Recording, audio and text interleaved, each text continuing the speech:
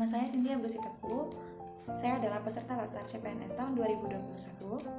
Kali ini saya akan membahas mengenai anti korupsi dan implementasi nilai-nilai anti korupsi. Iya, korupsi. Korupsi dapat terjadi karena adanya niat, ditambah adanya kesempatan. Jadi terpaksa, memaksa, dipaksa. Korupsi banyak atau sedikit. Artinya banyak pun disebut korupsi, sedikit pun disebut korupsi, karena sudah merugikan orang lain. Ada pihak yang dirugikan. Jadi dari katanya, pengertian kata korup artinya baik, artinya busuk, palsu, suap. Adanya penyuapan, adanya pemalsuan, buruk, rusak, suka menerima uang sogok, menyeleweng uang atau milik perusahaan atau negara, ataupun penggelapan uang negara untuk keuntungan pribadi. Ya. Korupsi sama dengan penggelapan atau kerugian. Pencurian bisa juga artinya secara melawan hukum dan mengambil sebagian atau seluruh barang atau hak orang lain dan tujuan yang memiliki atau memperoleh keuntungan. Lalu penggelapan, pencurian barang, hak yang dipercaya atau berada dalam kekuasaan pelaku, penyalahgunaan kewenangan atau kepercayaan.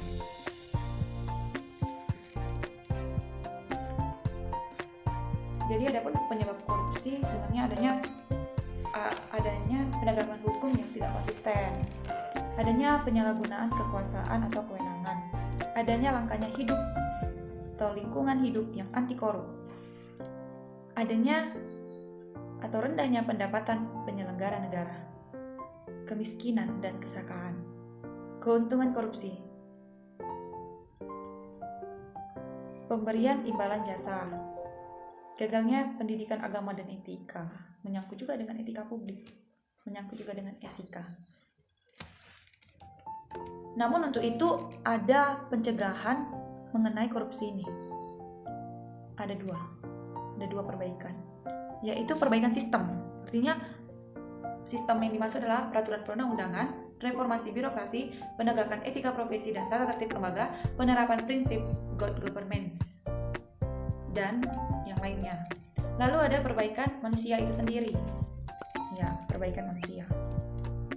Apa yang harus diperbaiki? Moral, meningkatkan kesadaran hukum, mengentaskan kemiskinan, memilih pemimpin yang bersih, jujur, dan anti korupsi.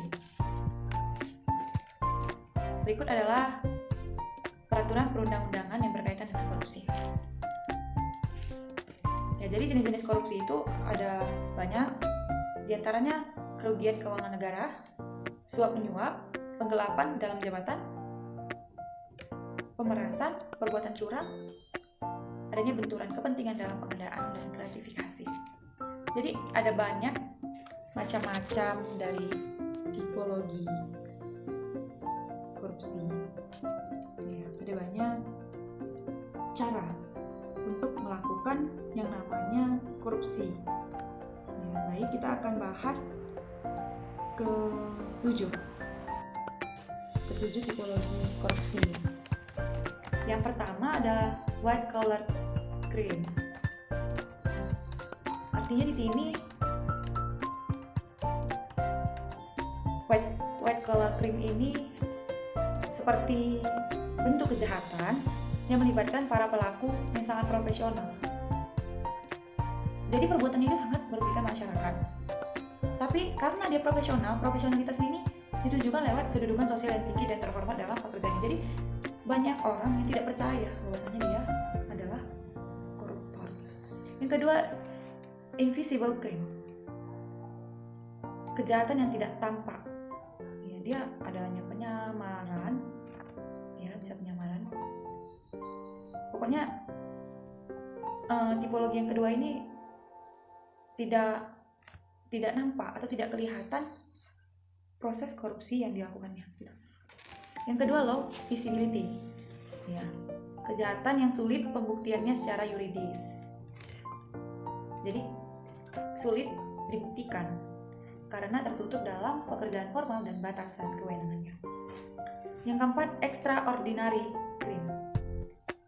Ini bentuk kejahatan dengan modus operandi yang sangat canggih dan luar biasa. Jadi tipologi korupsi yang keempat ini baru tampak atau dirasakan itu setelah waktu yang sangat lama. Jadi tidak begitu kejadian, begitu langsung ada bukti itu bahwasannya seseorang telah melakukan korupsi itu. Tapi mungkin bisa hari ini ada yang korupsi, 1 tahun kemudian baru diketahui. Tipologi yang kelima adalah welfare crime. Artinya negara yang pertumbuhan bentuk kejahatan dalam suatu negara yang pertumbuhan ekonominya sangat tinggi dan kehidupan masyarakatnya sudah makmur. Iya. Lalu public power atau economy power. Jadi bentuk kejahatan ini dilakukan oleh penguasa yang memiliki kekuasaan pemerintah dan kekuasaan ekonomi. Jadi kekuasaannya ini, dengan adanya kekuasaan dia dapat melakukan penyalahgunaan wewenang. Yang ketujuh, professional fringe violator. Artinya bentuk tipologi kejahatan ini di lingkungan profesi sehingga kejahatan ini sering disebut kejahatan profesional karir, dapat mencakup berbagai dimensi. Banyak yang terlibat seperti notaris, wartawan, akuntan, dokter, insinyur, pengacara, dan lain sebagainya. Jadi dalam pembahasan anti korupsi ini kita membahas integritas. Jadi untuk apa kita bahas integritas? Karena apa? Karena tunas integritas ini berprinsip bahwa manusia sebagai faktor kunci perubahan. Jadi dalam pemberantasan korupsi, manusia itu adalah kunci perubahannya. Dengan cara apa? Memperbaiki akhlak dan moral. Bagaimana akhlak dan moral seseorang ataupun ASN untuk terhindar dari yang namanya korupsi. Jadi adapun identifikasi nilai-nilai dasar korupsi, yang pertama jujur, peduli, mandiri, disiplin, tanggung jawab, kerja keras, sederhana, berani, dan adil. Dengan adanya atau dengan diimplementasikannya nilai-nilai dasar anti korupsi ini, saya yakin kasus koruptor atau korupsi bakalan berkurang. Jadi secara sadar kita harus memiliki nilai-nilai dasar anti korupsi. Untuk itu perlu juga kita memiliki lingkungan berintegritas supaya itu tadi kita tidak masuk dalam tindakan korupsi. Jadi apa gunanya kita memiliki lingkungan integritas? Yaitu untuk itu kita harus memperbanyak teman yang berperilaku positif, memperbanyak simbol dan lingkungan berintegritas sejarah yang memberikan makna atau inspirasi untuk melakukan perilaku positif, dan selalu ingat akan kebaikan dan kebenaran. Karena apa? Ini lingkungan yang seperti ini sangat berdekatan dengan yang namanya korupsi. Korupsi merupakan perilaku yang negatif. Jadi untuk itu kita harus berada pada lingkungan yang berintegritas untuk melakukan perilaku yang positif. Lalu memperbanyak rutinitas atau ritual positif. Lalu membangun dan menjalankan sistem integritas misalnya dalam kepemimpinan, struktur organisasi, sistem pengendalian. Jadi aspek penting yang harus kita ketahui, biasanya itu dalam korupsi, koruptor biasanya menggoda pada saat seseorang sedang di luar sistem.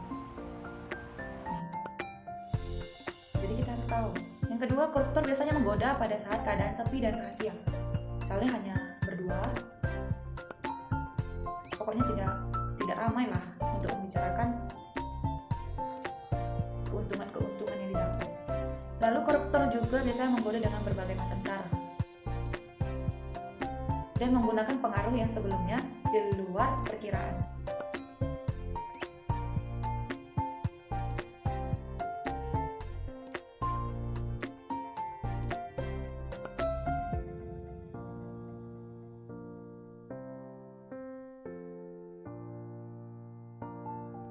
Jujur dalam mengerjakan laporan. Peduli terhadap siswa yang tidak hadir.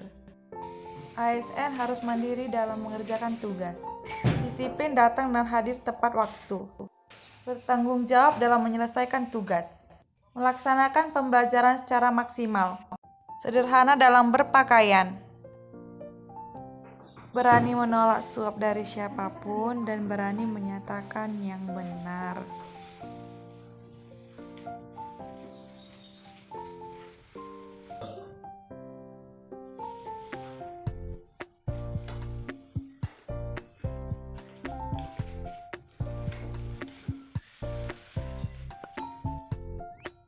Adil artinya tidak membeda-bedakan siswa dari status sosial, suku, agama, dan tidak diskriminatif. Terima kasih.